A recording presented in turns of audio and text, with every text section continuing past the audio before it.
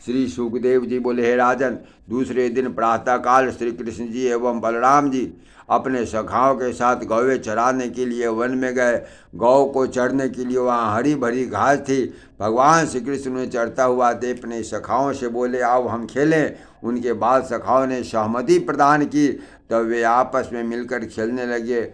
उस समय ग्रीष्म ऋतु थी। सूर्यदेव की प्रथम गर्मी से भूतल जल रहा था, किंतु भगवान श्री कृष्ण की महिमा से वहाँ बसंत ऋतु की बहार छाई हुई थी। उस समय कंस का भेजा हुआ एक राक्षस प्रलंबासुर वेश बदलकर श्री कृष्ण जी की टोली एवं बलराम जी को मारने के उद्देश्य ग्वाल बाल बाल की टोली में आ गया। भगवान लीला बिहारी उसे पहचान गए।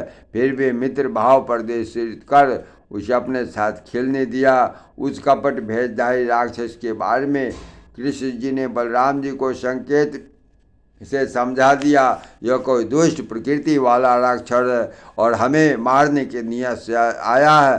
तत्पश्चात उन्होंने आँख मिचौली वाला खेल खेलने का निश्चय किया, जिससे सुनकर प्रलंबासुर अत्यंत प्रसन्न हो गया। श्री कृष्ण जी ने खेल के लिए दो पक्ष बनाए, जिसमें कुछ ग्वाल बाल बलराम जी की तरफ हो गए तथा कुछ मुरली मनोहर की तरफ।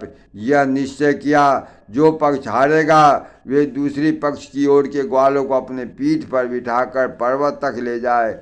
खेल खेलते समय श्री कृष्ण जी हार गए। तब नियमानुसार उन्होंने श्री दामा को अपनी पीठ पर बैठाया। भद्रासेन ने विरकौव को तथा प्रलंबासुर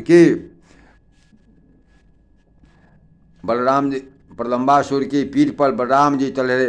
बलराम जी को मार डालने का सुअवसर पाकर प्रलंबासुर जल्दी जल्दी पर्वत पर चढ़ने लगा और सब ग्वालों से आगे निकल गया और निर्दिष्ट स्थान से आगे निकल गया।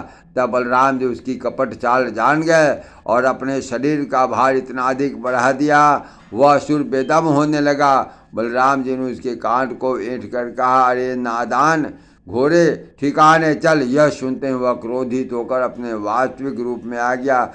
उसकी लाल लाल आंखें, बड़ी बड़ी भुजाएं और लंबी दांतें देखकर सभी ग्वाल बाल भयभीत होकर इधर उधर भागने लगे, किंतु भगवान श्री कृष्ण जी वहीं खड़े होकर मुस्कुरा रहे थे। बलराम जी उनके मुस्कुराने का अर्थ समझकर प्रलंबासुर के विशाल मस्तक पर जोर से मुक्का मारा, जिससे उसका एक मस्तक फट गया और रक्त की धारा बहने लगी।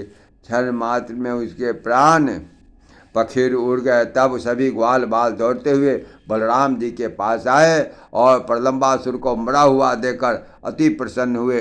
प्रेम से बोलिए श्री राजा रामचंद्र महाराज की जय।